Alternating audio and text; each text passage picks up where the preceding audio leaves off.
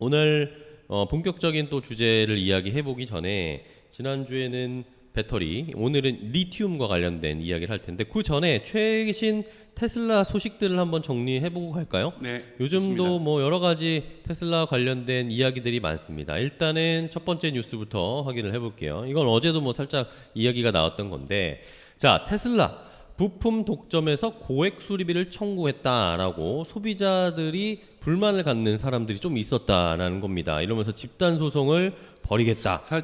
사실은 이 수리비는 우선 두 가지 부분을 좀 포인트를 지적을 한다라면 네. 현대기아차를만 그러는 건 아니에요. 예를 들자라면 자동차를 팔았을 때 돈을 많이 벌고요. 두 번째로 많이 버는 거는 수리비예요. 그렇죠. 부품 팔아가지고 하는 거잖아요. 왜냐하면은 보통 자동차 내연 기관에 부품이 2만 개가 정도 개가 들어간다 그래요. 그럼 2만 개에 대한 부품 수리비를 하면서 사실 많이 돈을 벌고 있고, 또 외제차 가지신 분들 한국에서 힘들어하시는 것이 수리할 때 수리비가 엄청 비싸잖아요. 네. 왜냐하면 그 부품이 물 건너 비싸니까. 바다 건너 비행기 타고 와야 되기 때문에 이제 비싼 거고요.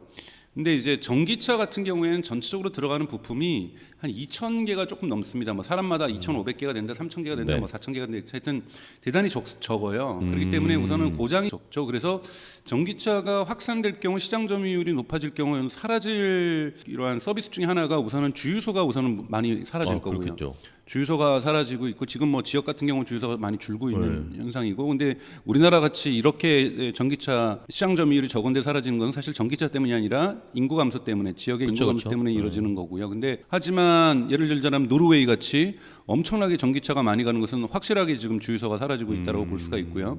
두 번째는 자동차 정비소가 사실은 되게 어렵습니다. 왜냐하면 부품이 적기 때문에 교체해야 될 부품 수도 적은 거거든요. 그렇네요. 그렇기 때문에 정비소 자체가 가져가야 될 포션이 대단히 줄어들게 될 거라는 거고요. 근데 이런 와중에서 당연하게 현재는 테슬라 제품을 고칠 수 있는 데는 테슬라밖에 없거든요. 네. 그러니까 이런 테슬라 차량에 대해서 수리에 대한 독점권을 갖고 있는 거는 독점하려고 했던 게 아니라 좀 자연스러운 현상인데, 문제는 가격을 올려버릴 수가 있기 때문에 고액 수리비 청구가 이루어지는 거죠. 네네.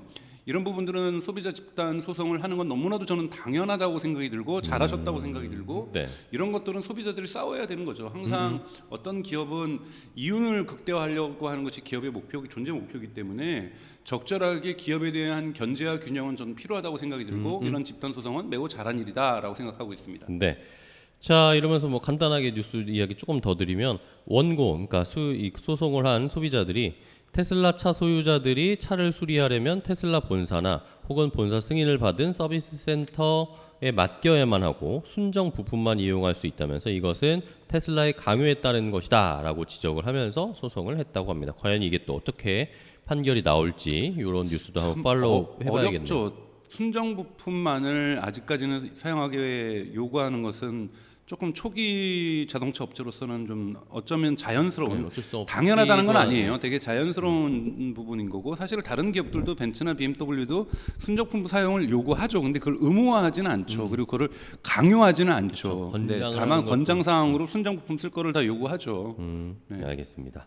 자, 요거는 어떻게 결과가 나오는지 한번 저희도 계속 지켜보도록 하겠고요.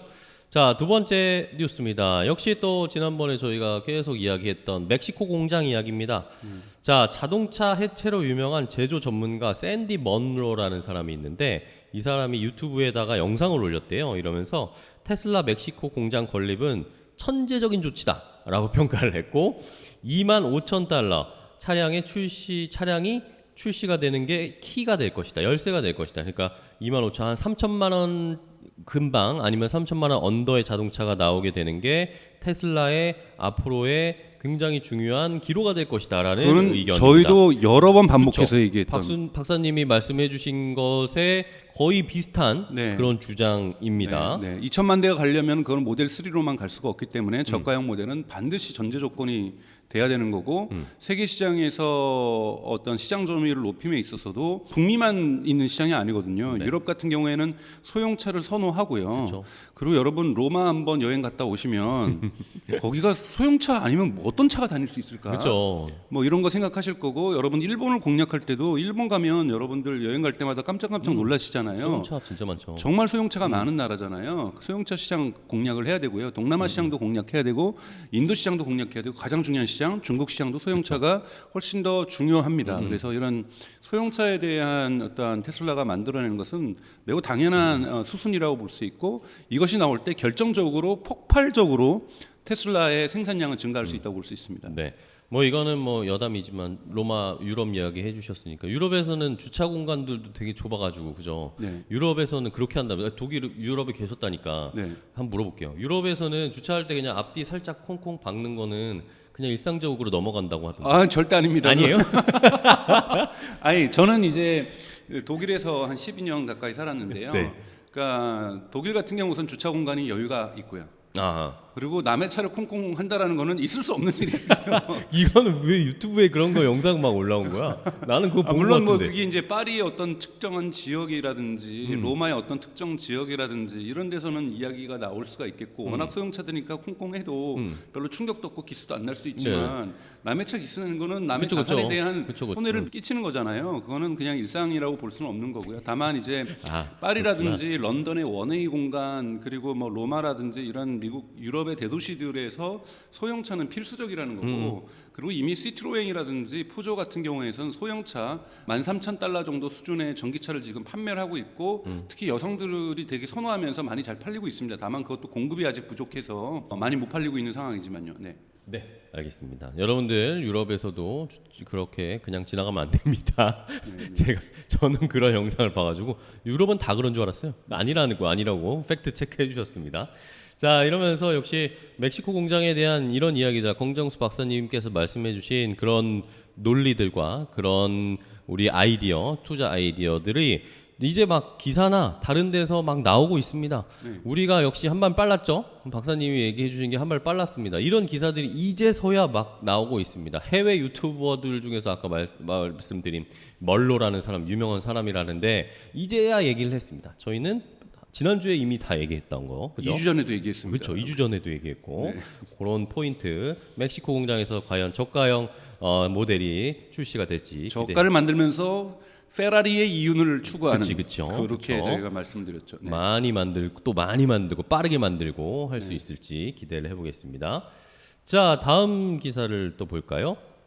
자, 이건 카운터 포인트에서 나온 기사인데 자, 이 베를린 팩토리가 결국에는 유럽에서 테슬라의 판매량을 늘리는 데 결정적인 요인이었다라는 이런 분석 기사였는데 테슬라가 4분기에 유럽에서 가장 많이 팔린 전기차 브랜드가 됐다라는 기사가 나왔습니다. 네네네 당연하죠. 베를린 팩토리가 이제 유감스러운 거는 공장을 빨리 졌지만 여러분 유럽에서 공장 짓기가 쉽지가 않아요. 그러니까 베를린 팩토리 같은 경우 사실 이제 정확하게는 베를린에 아니라 베를린 외곽에 있는 우리 식으로 하면은 경기도에 있는 팩토리인데 우리가 서울 팩토리라고 부르는 거랑 그쵸, 똑같습니다. 그른하이데라는 지역에 있는 곳인데 베를린의 동남부 지역, 과거로 치면 동독 지역에다가 지었는데 그 지역이 되게 자연이 좋은 지역이거든요. 아, 그래요? 대단히 자연이 울창하고 그러니까 숲이 우거져 있고 호수들도 많고 그래서 거기서 져서 환경단체들이 사실 많이 반대를 좀 했었고요. 공장은 졌는데 거기서 일할 사람들을 못 구해가지고 사실은 4교대로 일할 수 있는데 1교대로만 작동을 했거든요. 초기에는. 그래서 생산량이 되게 적었었는데 이제 2교대까지 갔어요. 그리고 이제 3교대가 가까워지고 있다 그러더라고요. 그래서 아직까지는 그러니까 베를린 팩토리가 기가 팩토리가 풀 가동된다고 볼 수는 없습니다만 생산량이 늘어났다는 거고 그 전에 있었던 그 베를린에서의 그러니까 유럽에서의 수요는 대부분 상하이 공장에서 만들어진 것들이 대략적으로 60%가 중국에서 소비되고 40%가 유럽으로 딜리버리가 됐었던 거거든요. 그러니까 사실은 딜리버리 비용도 비싸지는 거고 뭐 그런 부분에서 또 베를린에서 만들었다고 하니까 독일에서 만들었다고 하니까 훨씬 더 신뢰도도 가는 거고 유럽에서 사실은 모델 Y나 모델 3가 대단히 많이 팔리고 있는 건 사실입니다. 그러니까 사실은 유럽의 대형 자동차 기업이라고 할 수 있는 폭스바겐이나 벤츠나 BMW 그 다음에 프랑스 기업들이 떨고 있는 거죠. 여러분 모델 3는 카니발리제이션 효과를 갖고 있어요. 잠식 효과. 모델 3가 팔릴수록 잘 안 팔릴 차가 어떤 차일까요? 글쎄요. BMW 3 시리즈, 그다음에 벤츠 C 클래스, 아우디 4. 요 세 개는 치명적인 상처를 받습니다. 사람들이 모델 3를 사는 사람들이 고민하다가 사는 게 모델 3가 뭐냐면 모델 3나 Y 살까 고민할 때 뭐로 고민하냐면 BMW 3 시리즈 살까, 벤츠 C클래스 살까, 아우디 4 살까 고민하다가 고민하다가 독일 사람들은 또 독일 차들 좋아하잖아요. 그쵸. 뭐 우리나라 입장에서는 외제차지만 그들에게는 국산차니까 그쵸. 국산차 고민하다가 이걸 고르게 되는 거거든요. 그러니까 뭐 이런 것들은 사실은 뭐 나머지 프랑스라든지 영국이라든지 뭐 나머지 국가들에서도 마찬가지 현상이라고 볼 수가 있어요. 그래서 떨고 있는 거죠. 그런데 그 와중에서도 모델 3라 특히 요즘 모델 Y가 되게 선전하고 있다라는 거는 테슬라에게는 되게 즐거운 소식이라고 볼 수 있고 네. 제가 지난번에도 말씀드렸던 것처럼 1, 2월에 중국에서의 테슬라 매출이 줄을 줄 알았는데 프라이스 가격 인하의 덕택인지는 몰라도 중국에서 1, 2월에 매출이 증가했다.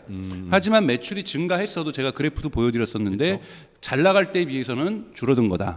네. 알겠습니다. 그렇게 말씀을 해주신 것처럼 그러면서 지난 2022년에 4분기에 유럽에서 가장 많이 팔린 전기차 모델 탑 10을 이렇게 또 카운터 포인트에서 보여줬습니다. 말씀해주신 것처럼 모델 Y가 1위, 네. 그다음 모델 3가 2위, 네. 그 다음에는 포드, 뭐 볼보 이런 식으로 네, 쭉 네. 결국에는 이런 것들이 유럽에서 다시 테슬라가 좀 힘을 내고 있다. 그거의 중요한 뭐라고 해야 될까요? 중요한 원동력은 역시 베를린 팩토리, 기가 팩토리가 생산을 조금씩 더 늘려나가고 있고 2교대로까지 갈 수 있고 이러면서 2022년 11월에 베를린 공장 생산 능력이 주당 3,000대에 이르렀다라고 하면서 어쨌든 베를린 공장이 조금 더 생산량이 늘어나고 있다는 겁니다. 그러려면 한참 멀었어요. 왜냐하면은 상하이 같은 경우에는 작년 7월인가 기록을 했을 때는 8,000대인가 10,000대까지 올라갔거든요.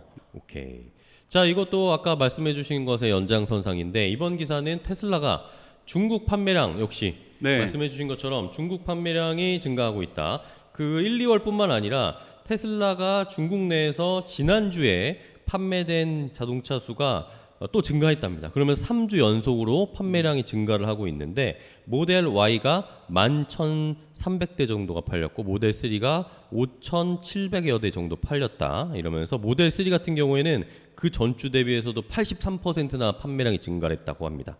그런데 반면에 이 테슬라의 또 뭐 경쟁사라고 할 수 있는 BYD 같은 경우에는 판매량이 좀 주춤하고 있대요. 이러면서 37,000대 정도가 팔렸는데 전주보다 5% 감소했다. 네. 이런 그래도 것들이 훨씬 많이 팔았잖아요. 네, 그렇죠. 그러면서 그렇네요. 총수는 어쨌든 BYD가 앞서 있지만 1위 업체예요. 예, 그렇죠. 이런데 어쨌든 테슬라가 중국에서 판매량이 가격이나 정책을 펼친 이후로 조금씩 늘어나고 있다. 네. 네, 이런 상황입니다. 좋습니다.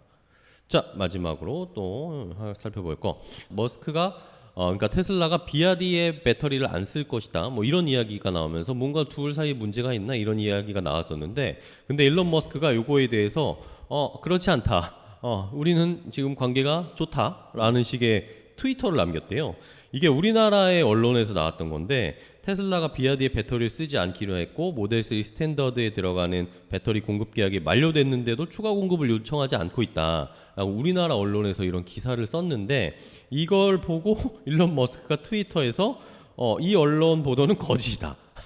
이렇게 테슬라 BYD의 관계는 포지티브하다라고 남겼답니다.